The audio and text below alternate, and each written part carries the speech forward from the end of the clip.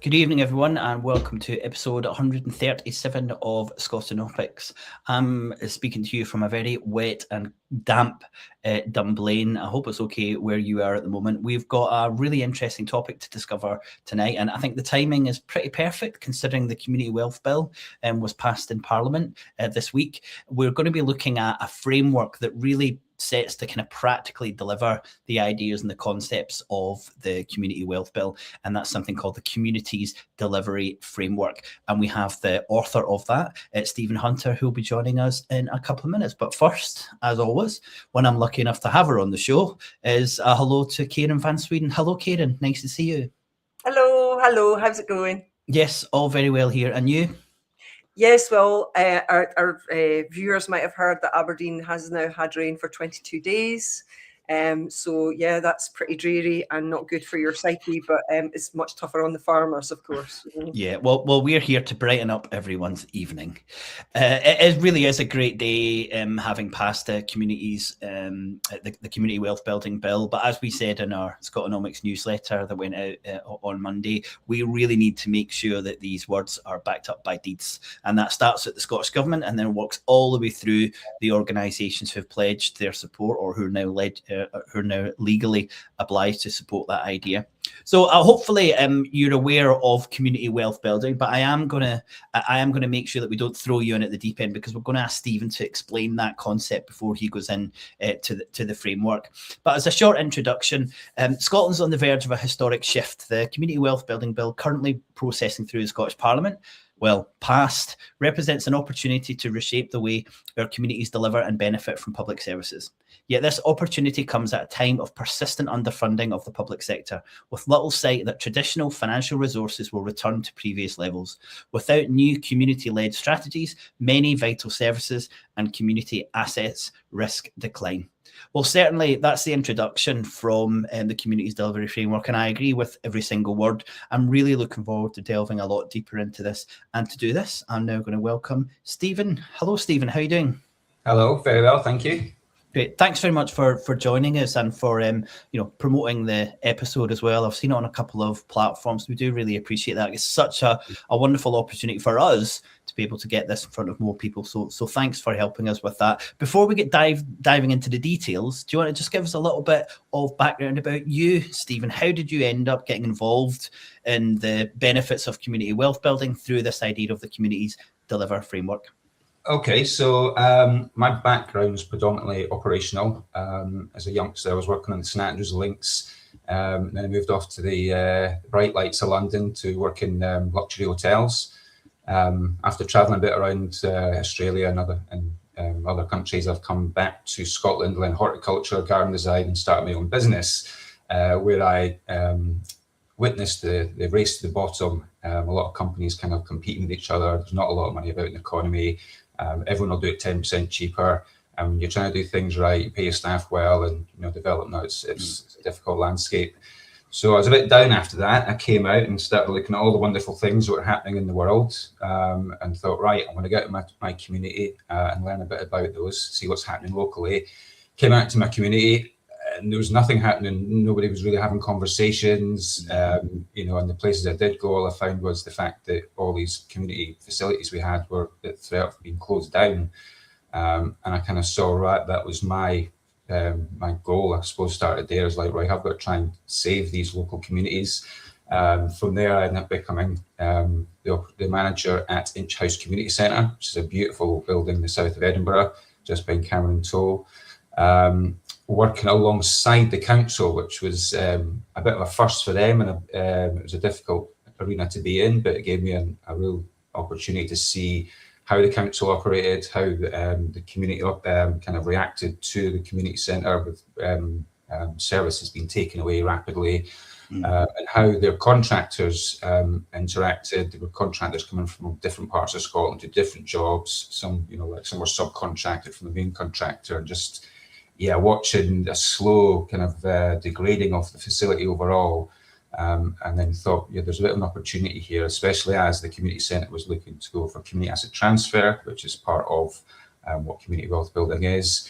While the committee were looking at, well, how do we go through this process? I was looking at, well, how do we do facilities management? How do we do administration? How do we have events? How do we bring the services back in? And how do we pay for it?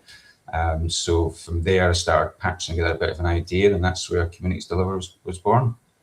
Fantastic. So you kind of feel like you are, it's come from being in at the deep end of being involved in these types of facilities and institutions that aren't really getting the support. That's a good introduction there. I suppose the next question I'd like to ask is what's wrong with the situation at the moment? What do you see wrong with our economy? Slightly more broader than this degradation of community assets. So I think it's fair to say that we're moving out of the economic situation that we've been in for the last 50 years. I think there's different arguments around about that. I think what we see in different parts of the world, tyranny, etc., is a reaction to people that thought they may be seeing something dying.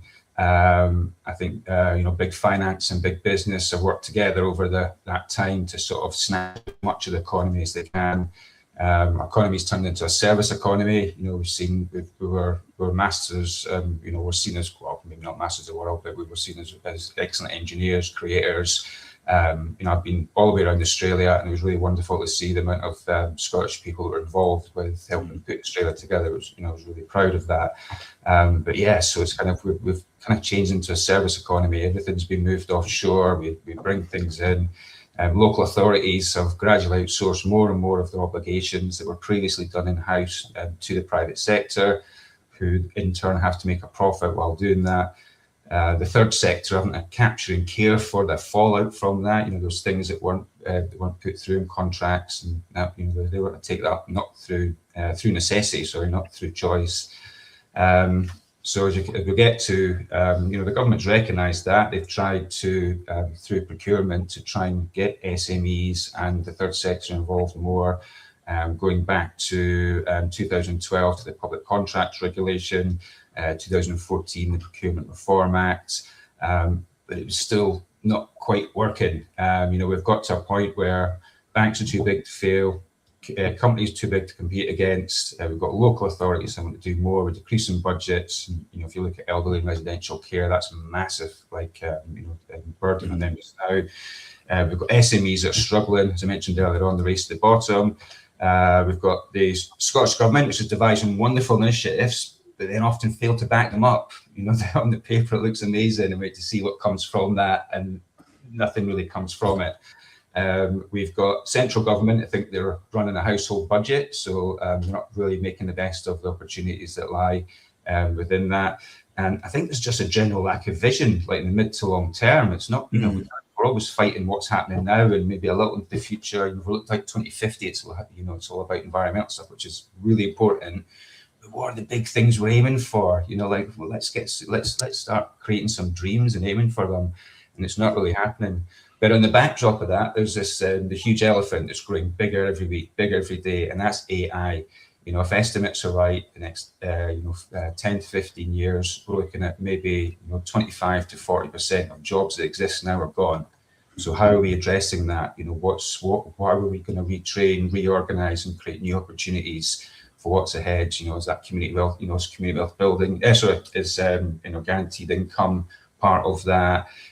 What is it? What are we doing at the minute? We're literally still fighting what's behind, what's been behind us and with us. So what are we doing to fight the future? Brilliant, and that's certainly a rhetorical question, isn't it? Which we would hope at some point we would have a clearer idea on. So again, so you're absolutely right. There's lots of things that seem immediate, and we're kind of firefighting, which is the day to day. And then we have these grand plans like net zero by 2050, and they're so far in the distance that you actually don't really need to do anything about that. You can kind of tackle that a little bit later. So all the really important stuff in the middle just doesn't seem to be of its equal importance as either of those two things, and certainly in terms of the action as well. But one thing that the Scottish Government is doing is this commitment to community wealth building. So would you like to just give us a brief summary from your perspective of community wealth building?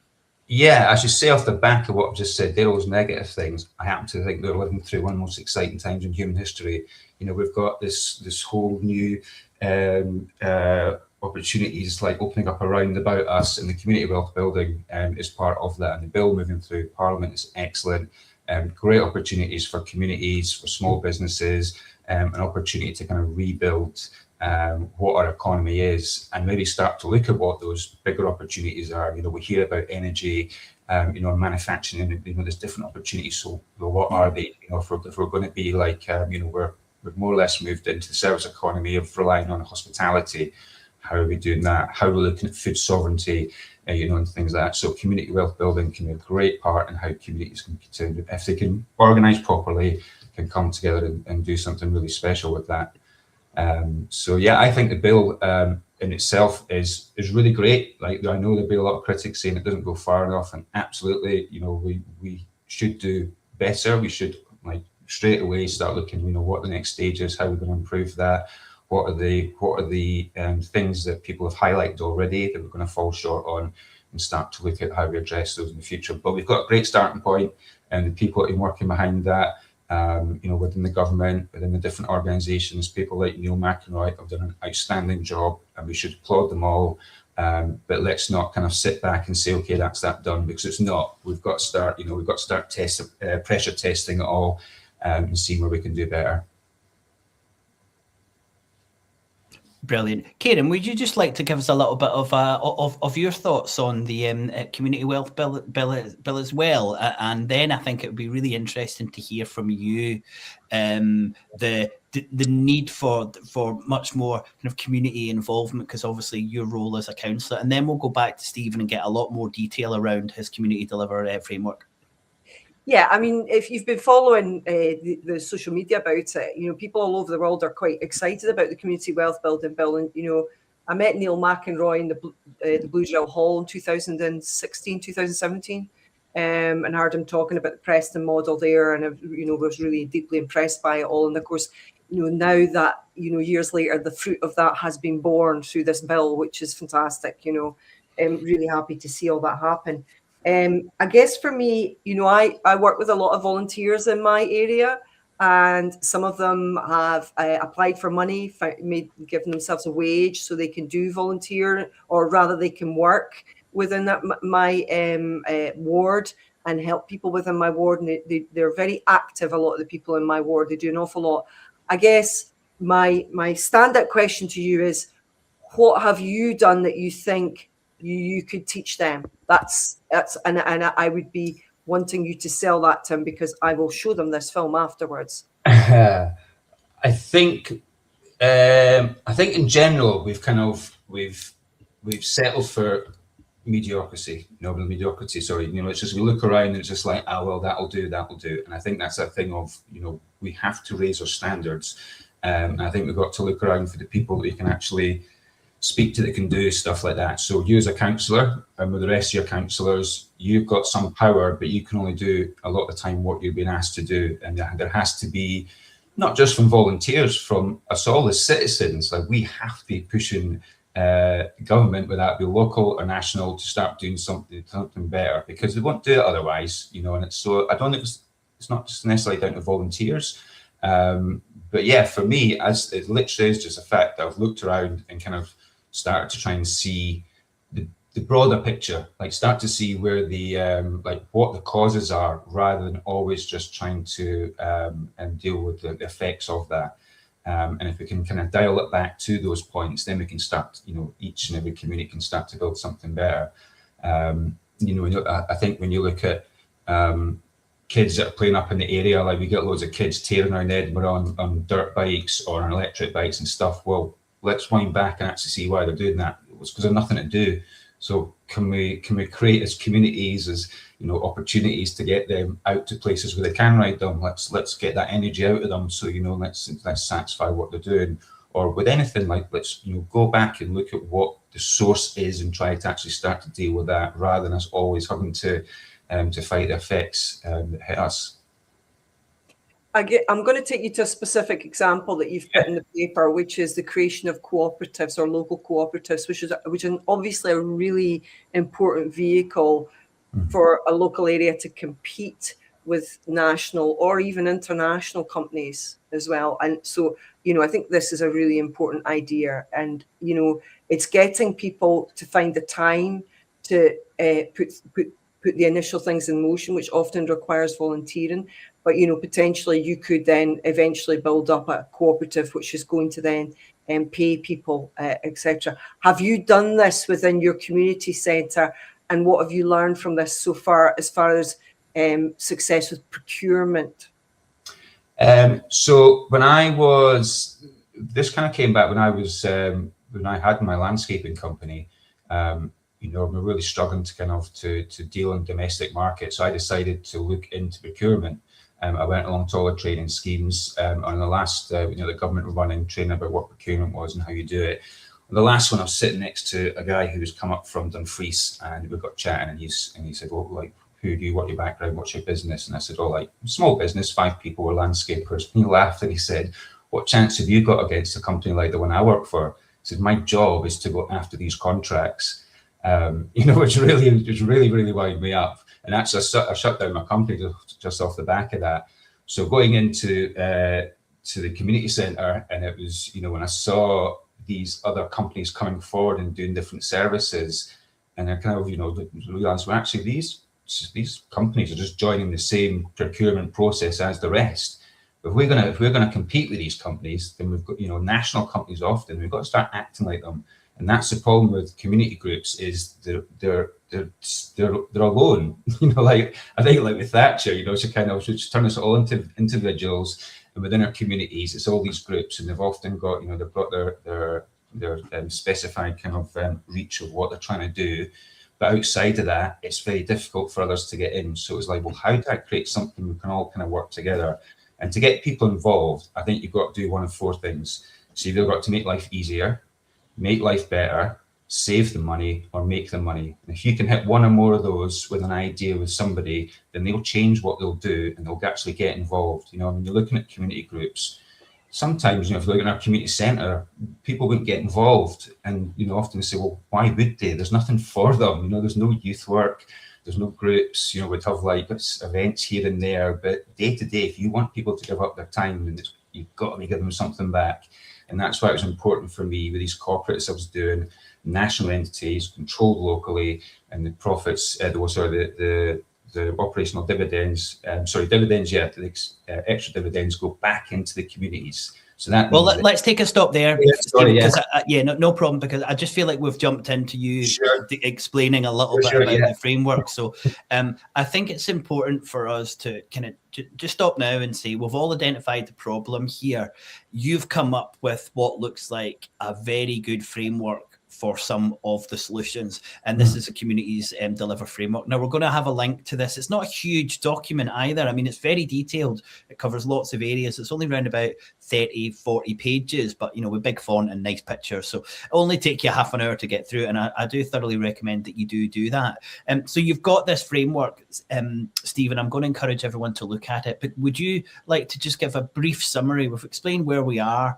There's a need for it, especially there. You mentioned about the problem with scale. It's so difficult for smaller companies to get in to procure from providers. What's your framework, and how does that help? Okay, so Communities Deliver is essentially a flexible modular toolkit.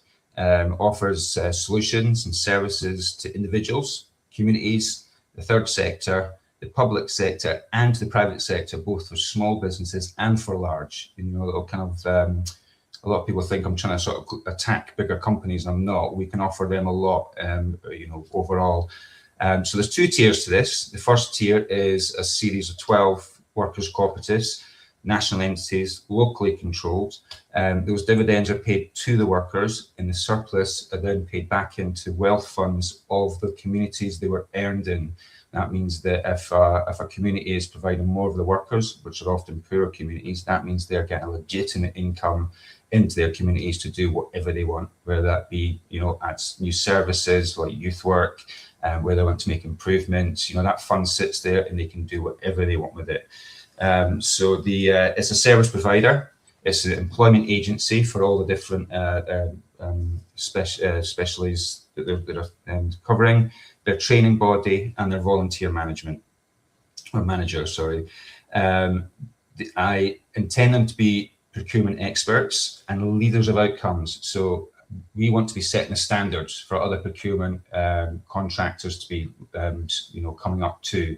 I think a lot of contractors sometimes, perhaps they are so large that, and because of things like clerks of works being taken out of councils, that maybe the standards are not as good as they should be. So let's look at that, because we can monitor that as communities. If we're not happy with work that's coming in, we can stand up to the council and their other contractors and say, if that's not as good as this, then they've got to do it better. They've got to come back and finish it. And I've got loads of anecdotes about that with the community centre and round about.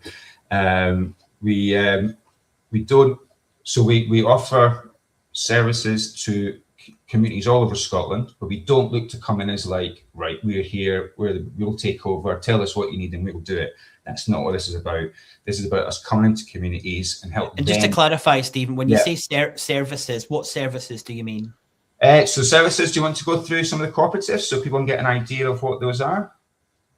Yeah, that sounds great. Yeah, cool. So we've got facilities management, so covering a wide range of things, and that's in any modern society, it runs on facilities management. If you can go to any city in the world, any country in the world, they are running some sort of facilities management, and that with cities and stuff all run the same essentially.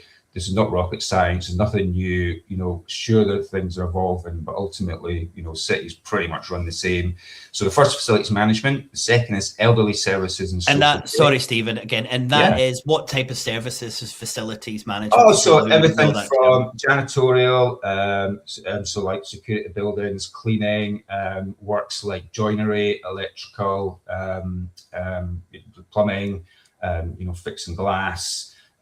You can put like grounds maintenance to that as well, although we do have another element that could fold into. So it's basically all the things it takes to run a building, essentially. Brilliant, thank you. Yeah, so we've got elderly services and social care. So that's looking at, first of all, how with elderly services, there's a lot of communities having to do it. There's a lot of council works and there's private companies taking care of that. So let's try to sort of merge that together, because our elderly are getting, older and older, and the kind of, people, the amount of elderly people is growing. So we've got to start looking at this, because who can afford elderly social care just now? As soon as you get over a certain age, the council, obviously, if they're providing services, they're looking to take it. If you go into residential care, that's incredibly expensive. So let's look at a different way of doing that. Social care as well, there's an enormous burden on the councils, but at the same time, and on the third sector, there's an enormous opportunity to collaborate on these things, to give each individual a better experience, so that they're leading a better life from cradle to grave. We should be looking after our own and making sure, rather than just like, you've got to a certain age, you're not working anymore, so you're not much use. We'll take you out once a week and you'll get a wee lunch and play dominoes and that's your lot. It shouldn't be, like when we were at House, I took over the elderly care. We got a bus. I'm not the kind of guy who's going to sit around and play cards and play dominoes and have a cup of tea. So we used to go out all over, and it was great. We used to go to museums, galleries, beaches, just out for a drive sometimes, and they'd all have a little natter in the back of the bus. But each week you could see them actually becoming brighter and brighter. I was getting lots of amazing comments from their families saying that it literally changed their outlook on life. They really look forward to the days they come out. So, we can do this. We've got the opportunity to do this. We've got the facilities. Let's do it. So the next one is children and youth services. We know that youth services have been cut quite a lot. Through this Community Wealth Fund, we can look to do better.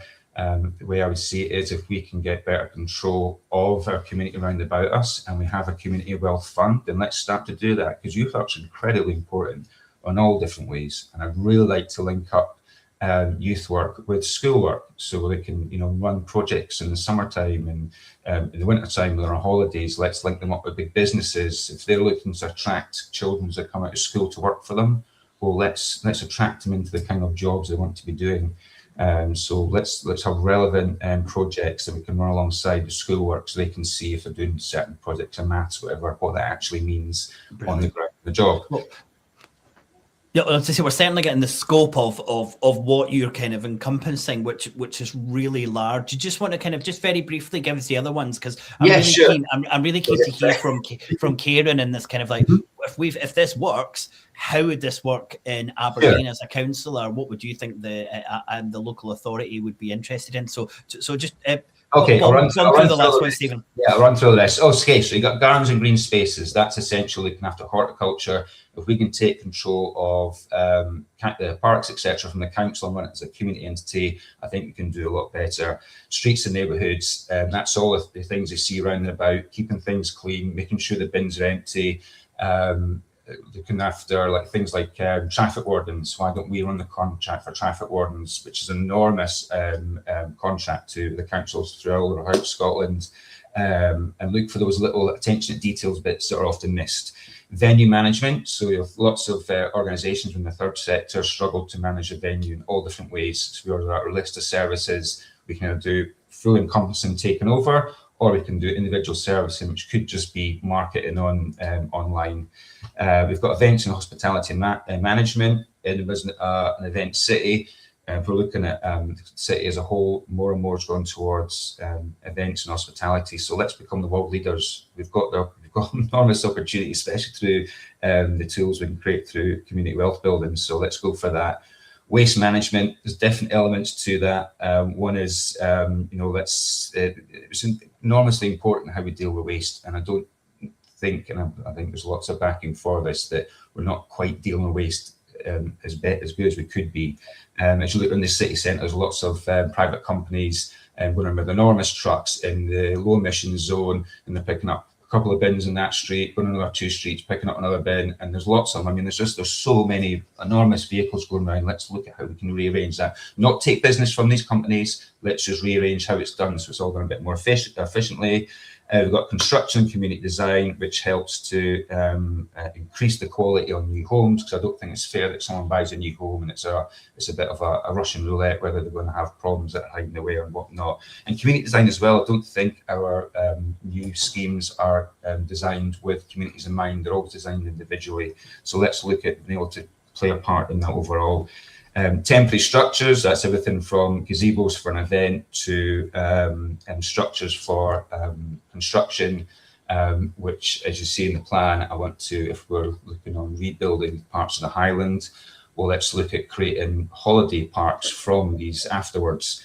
And the last one is civils and drainage. We all know the problems with potholes, with cycle lanes, with trip hazards on the pavements, and as well, if we're going to really make an effort of new roads and stuff up the Highlands and creating new communities, then we're going to have to start training people who live up there to actually do this for us. So that's all 12 of the operatives. Well, very well done, and I think it is really important for us to kind of. You've just encapsulated the whole why this is such a good framework, because it is looking at absolutely everything that communities would be involved in. Okay, Kieran, imagine that was a pitch to Aberdeen City Council. What would your initial response be, and then maybe and I know you'd be up with this, throw a few challenging questions Stephen's way. Hopefully you're up for it as well, Stephen. Absolutely. But go for it, Kieran. What do you think? Okay, so what you're suggesting is a lot of the things that the council does already. I think what's important here is to be realistic about what can happen within the community. So, for example, yes, the first 3 things that spring to mind are in my communities are facilities management. I think that's entirely possible to create a cooperative that does that, facilities management. So cleaning the large buildings in my area, doing the gardening, and also perhaps actually looking after the hygiene of the area as well, and keeping that local too. So I definitely can see the possibility of creating a cooperative that could do that, and you could employ people locally to do that. Kieran, that's a possibility. But when you're going towards things like potholes, roads like that, you're going to need a lot of really heavy plant. You're not going to want that. You're going to need big workshops to maintain that. So I think there are certain things where size is better, And I think there are certain things where small is better. And I think the small better is where you want to start first. So what I want to know from you is, have you started a cooperative at your community centre, and what does it do? No, so I'm not with the. I left the community centre to try and tackle this as well. My partner runs a business, so I was helping her open shops and stuff. So I kind of took time out to kind of get my head round about this. Do I want to go for it? And I got decided absolutely would give it a go, and off I went. When it comes to the structure I've just read out all those 12 cooperatives, I personally have got no control over where this plan goes once it's launched. It's up to the people around about us. It's up about, like, how do we create, what do they want, because it's not about me. This is going to be a democratic process.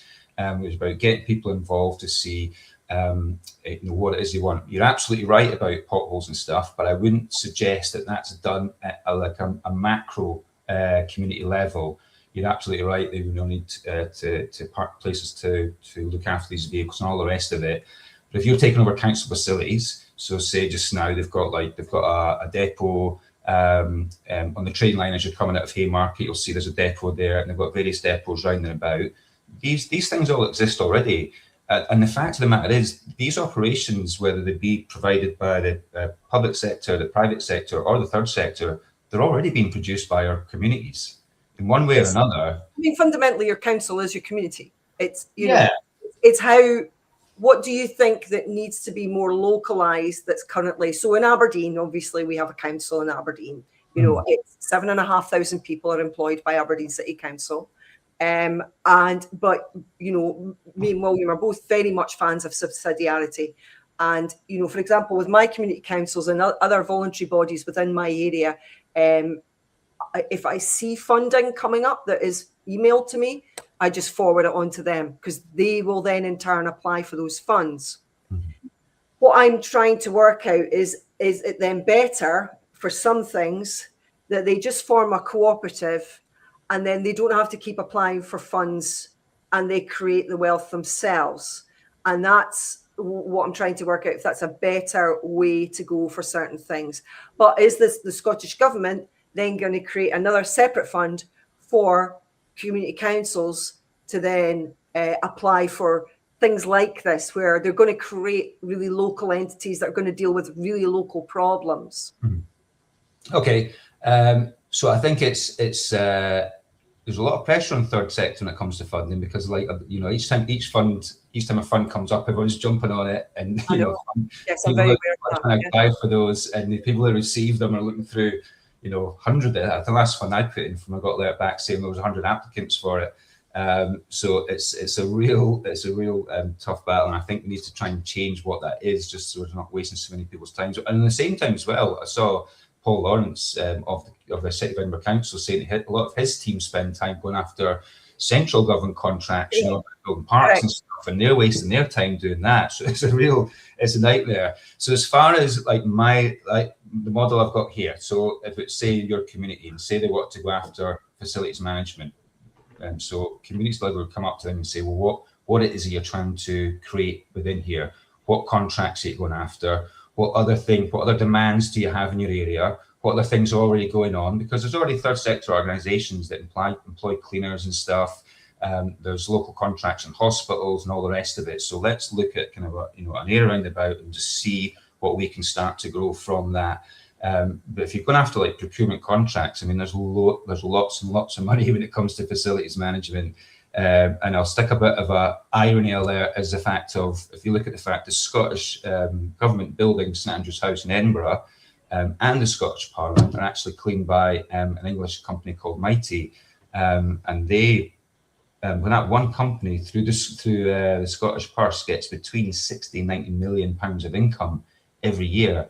Now, obviously, there's operational costs. Some of that money is staying in Scotland for workers and stuff, but that's a lot of money that we can be claiming back. So the people that are working for them, it's just about changing who they're working for and start to build that ability around communities, so they can actually start to then look at what the bigger opportunities are. They can start going for private sector contracts, start to create that community wealth fund, so they can start to fund themselves in many ways. but then start to collaborate with others, because they'll find lots of other organisations round about them where there's overlaps. So let's look at the efficiency of actually how we're producing certain things, and how how money is spent from grants and such like. So Stephen, I just want to pull out, if I can, because we're in a lot of the detail here, which is incredibly interesting. But I wanted to mention how this links to the Scotland's sectorial balances. And Scotland's sectorial balances effectively just show the financial flows within the Scottish economy, and they show how much money is spent by the government, which includes Westminster and local government and Scottish government. And effectively where that money goes, how much goes into the non-domestic private sector, which is kind of households and businesses, and then how much of that financial flow goes abroad, or the ownership of those pounds goes abroad. And over the last 25 years, there's only been 3 years there's been 7 years over the last 25 years where the private sector has been able to, what we say, net save. So that means as the Scottish public sector, private sector as a whole, households and businesses has been able to net save. It's generally a good thing for people to be able to net save, right? Because it means you're actually building up a little bit of savings. But what you're doing within this framework is trying to strengthen the sectorial balances position of the non-government sector, which is households and businesses. And this is incredibly important from a macroeconomic perspective. So I know all of this stuff is really useful and crucial, and maybe even life-saving for people who are earning money and who have more jobs in communities, but it actually plays a really important role within a macroeconomic framework, because we're supporting the households and businesses. And what you're effectively doing, and as a short summary and how that interacts, is using the example that you said about Mighty. Now, let's say 70% of that money is operational and goes into the community. 30% of it, or maybe at facilities management, is maybe more like 12% profit, because I know these aren't hugely profit-laden sectors, but 10% of that money is going out of Scotland. It's leaving, it's going to England, but it could also be going to a whole host of other places. And this really weakens Scotland's sectorial balances, because that money has to come from the public purse or from the Scottish private sector. Mm-hmm. And that changes how we manage our economy. And it's fundamental that people understand that when institutions spend, it should be an utmost priority for them to make sure that as little of those funds leak out of the Scottish economy as possible. And this is, as I said, hugely interesting at a micro position, but we also need to expand that and think about, well, what's the role of foreign direct investment? Because what could happen, and I'm sure is the case, a lot of these companies who are providing services for local authorities aren't just based in England, they're based in France or America or Germany, or they're owned by asset management firms and hedge funds, and there's a huge amount of money that leaks out of the Scottish economy every year. And it's actually approximately around £11.5 billion. £11.5 billion leaks out of the Scottish economy every year. So these are huge issues. That's money that should be circulating within Scottish businesses and within Scottish households. So this might seem like quite a kind of small and micro kind of framework, but it fits beautifully with not only community wealth building, but a much wider and deeper understanding of how our economy works and the importance of these kind of financial flows. So I was hugely supportive when I read it, but I just wanted to give that little bit of a kind of macro framework why this is so important. Is Absolutely. That an argument or a discussion you're aware of, Stephen? Yeah, absolutely. So if you look at the fact that the City of Edinburgh Council they have their hard facilities management currently dealt with by Skanska. So it's a Swedish company, and they're backed by Mighty to provide these services. Part of that is like, can we get a share of that? But I'm not saying we get rid of all these big companies. Like, we need these big companies, especially in the short term. We've got an environment that's set up with them. So, and if we've got all these big dreams of these enormous infrastructure projects, we're going to need companies like that. But the more that we can start to grow our own capacity to do that, the less we're going to require companies from abroad, and the more money we can generate within the economy and through through the government creating money through and modern monetary theory and stuff, NNT, we should be trying to create that capacity, because why not? A lot of the time it is just someone from the outside that's either funding it or organising it, and then using Scottish workers to produce these things. Yeah. So there is definitely a macro element to it. Brilliant. I did notice, and I did like in your 40-page document that at no point did you use the phrase taxpayers' money. And you use public money, so I thought that was very MMT aligned. So I do appreciate that. Although unfortunately in Scotland, when the Scottish government does spend, it is spending taxpayers' money because it's not creating its own currency. But it was really good to see that. Well, certainly I think it's really important that we start with the ideas that you've got from the framework, and then kind of build out to that the huge impact that it can have on our microeconomy. My next question for you is, where do we go from here? I encourage everyone to read the framework. I think it's really interesting. I'd like to maybe spend a wee bit of time with you, just seeing if I could help you on a couple of areas, or certainly give my opinion on a couple of areas, because I do think it's a really strong proposal. Where do you go from here, Stephen? So there's lots of people and organisations involved, kind of along the lines of what I do. If you look at like the Edinburgh's Future Institute, they're looking at like, well, how to redesign public services, and the Hunter Institute's working in Clackmannanshire Council on the public services. There's other organisations that are looking to change how public service is delivered. So there's collaboration opportunity here. Like I'm not saying this is the perfect model. What I'm saying is, use this as a bit of a starting point. Let's, open up a conversation with others. So for me, I would really like to, there's an opportunity right now on the ground in Edinburgh, because the City of Edinburgh Council are now asking every single community centre in Edinburgh is being put out to the communities, and they're saying, we'd like you to run them. Can you take them over? So there's a massive opportunity for facilities management in there. And then the things that roll off the back of that, like events, and all these kind of different things, venue management, we can start just to get the seeds of those and just start to try them out. So I'd really like to open up a conversation with the executive team. Paul Lawrence, if you're watching, or in the executive team, give me a shout. There'll be a campaign going out soon, I believe, hopefully to the councillors of Edinburgh. I want to get, send a blanket kind of document to them, so they can start to try and get behind it. Because it is just me. I get no funding for this. This is totally my own back. I work part-time in my partner's shop to try and, just to keep me going, which barely gives me enough money. So I would love to do this full time. I'd love for an organisation to come forward and say, we can get you to the right people. Maybe they want to support me for a few months until we can kind of work out where this is going. And like I say, there's an incredible opportunity for collaboration between third sector funders and major ones.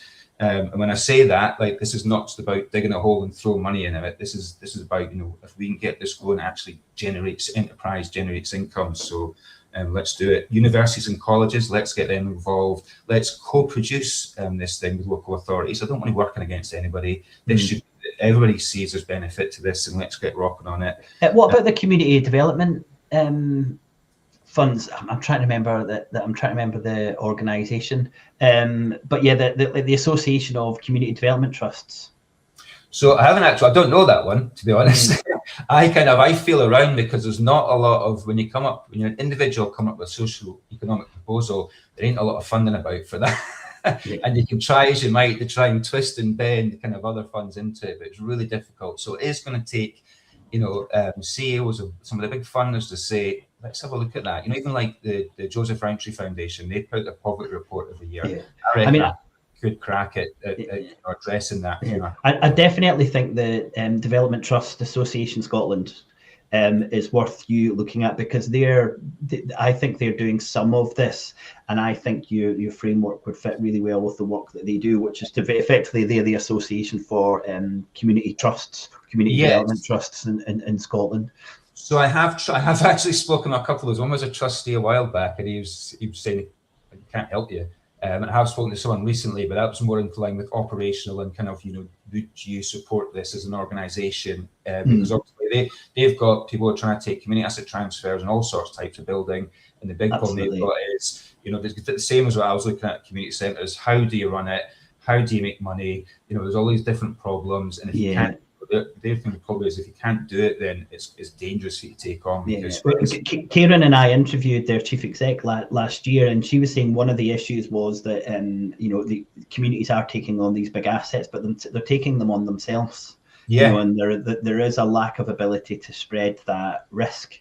And it is that matter of scale. So I do think the framework's really useful. I just wanted to kind of end my part with a little anecdote, because I was reading your paper and it jumped out and it said, Communities Deliver would initially propose the addition of 3 new criteria in the procurement scoring process. So very briefly, is my understanding, what happens is you pitch to a local authority and you say, we would love to do this. And they say, okay, we're going out to tender. We'll look at 10 tenders and we've got a little scorecard. I'm probably simplifying it slightly. And it says, okay, you've got 5 points because you've got 100 people and you're paying pensions. Great. You've got 3 points because you're doing X, Y, and Z. And then at the bottom of it, it scores everyone's tender, and then maybe you move to the next stage. But there's certainly a kind of scoring process. And what you've suggested is actually, if everyone added the proximity to location as being a big thing that scored, the community benefits from the profits would be a big thing that had a lot of points, and also the employee training and development programs. If you do these 3 things, then you're scored really highly. And that jumped out at me because last year, or the end of 2024, I helped an organisation in Dundee pitch for the Dundee Christmas and New Year fairs, the shows right in the centre of Dundee. And I spent quite a bit of work, because my background before doing all of this was events. So I spent a little bit of time with them, and then we did a lot of work putting through the proposal. And they should have won it. Clearly they should have won it, because they were offering a lot cheaper rides. They were offering free rides to people who were on poorer people in the community. They were putting some of the profits back into the community. It was a wonderful project, but it scored terribly because the framework that was used didn't value the proximity to location, the community benefits, or the employee training. I mean, we're talking about teaching people how to run events and then have them run more events. And for me, it was just, I was thinking, if that was there, those wonderful people in Dundee would have won that event, and it would have been a much better position for everyone in Dundee. And I'm thinking it's just such a shame that we don't have that at the moment. So I really think there's a huge benefit in a new approach to procurement and how our institutions are sourcing the products and the services. So I really do wish you the best. And as I said offline, I'm happy to help maybe a few people that I can put you in touch with, as well as helping out a little bit, or certainly giving my advice on the proposal as it stands. But I did want to get you on the show because I think it's fantastic, and I'm very impressed that you're doing this part-time, and we need more people like you, because you have created something I think is of huge benefit. Before you start blushing, Stephen, I'll ask Karen if you want to say anything before we finish. Yeah, I think that the example of Mighty cleaning the Scottish Parliament is a really good example. You can't tell me that people in Edinburgh can't clean. So why are we using a company that's not based in Edinburgh to clean the Parliament, right? That's craziness. I'd say there's certain things that you might have to bring in outside contractors to do, because the skill sets aren't necessarily in your city or in your village or town or whatever. Completely understand that. That makes sense. But cleaning, come on. Yeah, I don't understand that. So my first step would, I'd say, you need to be contacting your local MSP. You need to be contacting your local councillors and tell them how they're going to start changing that situation, because that should not be happening. I know that in Aberdeen City, we do try to procure locally as much as possible. That is something that's in our mindset already, is local procurement. But what you're talking about is the creation of given the communities themselves empowerment through creating of cooperatives. And I think that is the starting point. And what I would say to William is, he has a skill set. He could create a cooperative that creates events.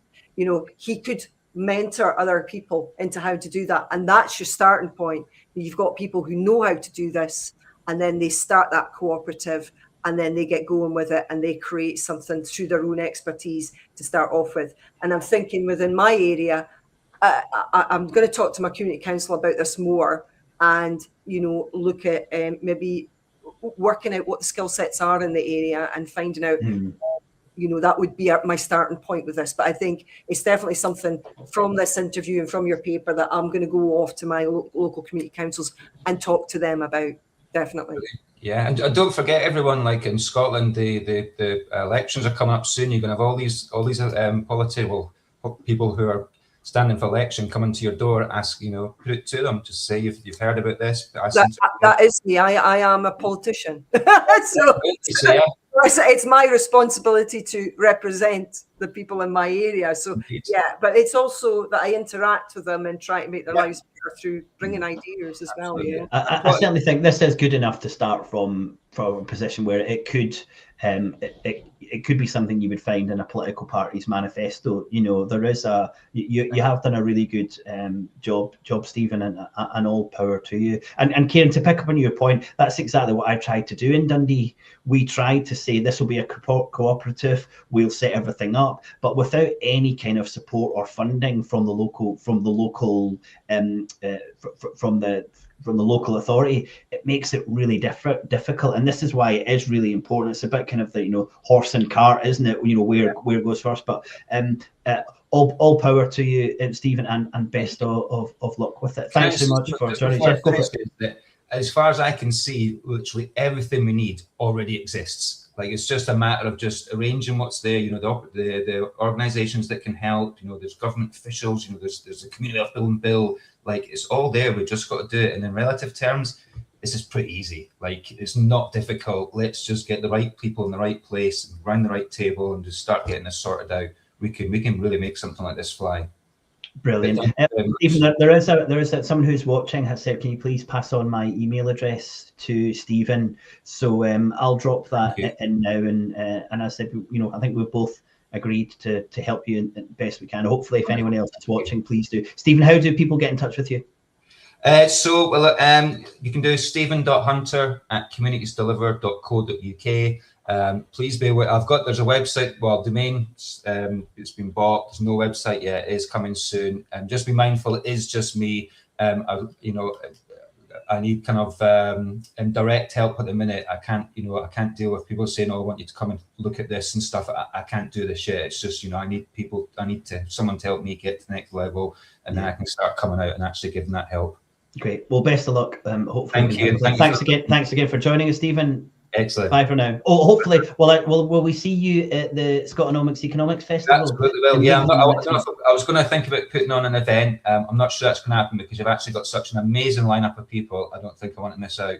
But you'll definitely be there. I'll be there. You'll see me for sure. Fantastic. Thanks so much. Cheers, Stephen. Bye for now. Thank you. Bye-bye. Bye. Well, Kieran, wasn't it really refreshing to have such a motivated person, but also something so kind of unique and detailed to what's going on in Scotland at the moment? Well, I mean, I have to say that as a councillor, I meet a lot of people that are motivated in my ward. So, that's something that I encounter a lot, and I recently just wrote for the local magazine and just said, that some of the casework that I have to do is very difficult sometimes and quite upsetting, but meeting the volunteers that I meet on a regular basis really reminds you that the world is a good place and lots of good people doing good things. So I've got a lot of people already in my ward doing lots of good stuff for the community, absolutely.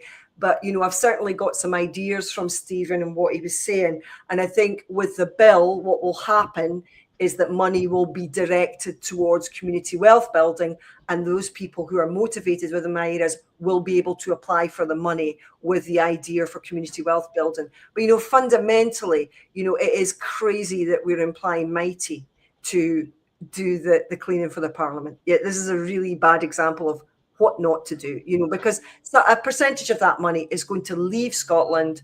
It's not coming back, and that's exactly what we don't want. We want more money to be retained in our community. Absolutely. And I think the Scottish Government's job is to set the example for all of the other institutions in the UK. Absolutely. And I think it can do that in so many ways. Kieran, thank you so much for joining me tonight. I hope everyone enjoyed that show. Please do let us know any comments. Thanks for a couple of questions. And as I said, I'll put the link to the document. I'll probably have to upload it to the Scotonomics website, because as Stephen said, he doesn't have a website at the moment, but I'll upload it there and you can download it. Thanks everyone for joining us, and we'll see you in a couple of weeks. Bye for now. If you're enjoying this episode of the Scotonomics podcast, please consider joining us on Patreon with a paid subscription for as little as £3 per month. Your support will ensure we can continue to create this podcast. Find the link in the show notes or head over to patreon.com/Scotonomics. Also, please do like, share, and comment on this podcast.